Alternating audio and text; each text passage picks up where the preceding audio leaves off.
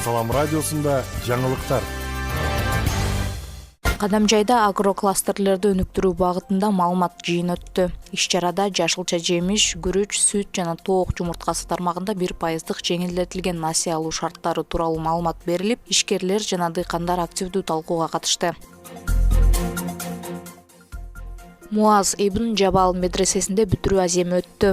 Баткен шаарындагы Муаз ибн Жабал медресесинде бүтүрүү аземи өтүп, бүтүрүүчүлөргө диплом жана сертификаттар тапшырылды. Салтанатка облус казысы, медресе мүдүрү, мугалимдер, ата-энелер жана коноктор катышты. Иш-чарада Куран окуу, куттуктоо сөздөр, сахналык көрүнүштөр уюштурулуп, диний билимдин мааниси баса белгиленди. Былтыркы бүтүрүүчүлөрдөн 12-си, быйылкыдан 16-сы диплом жана сыйлыктарга ээ болушту. Медреседе учурда 190 студент билим алып, Куран, фикх, хадис, араб тили боюнча терең окуу жүргүзүлүүдө.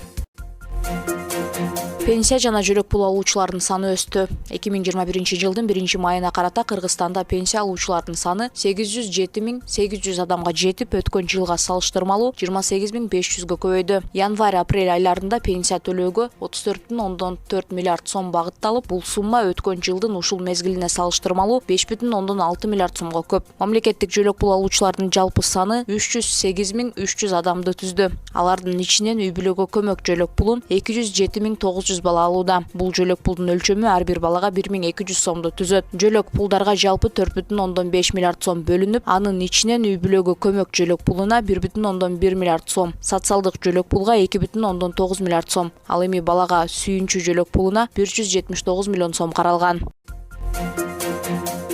Кадамжайда ашкана текшерилип, санитардык талаптар боюнча эскертүүлөр берилди. Кадамжай районунун санап эткözөмөл бөлүмү Исхак Болоткан айыл аймагында жайгашкан Нур ашканасына пландуу текшерүү жүргүзүштү. Текшерүү учурунда тамак аш коопсуздугу, кызматкерлердин гигиеналык абалы жана жабдуулардын санитардык тазалыгы сыяктуу бир катар тармактар камтылды. Жыйынтыгында жалпы 5 кемтик аныкталып, расмий акт түзүлүп, санитардык нускама берилди.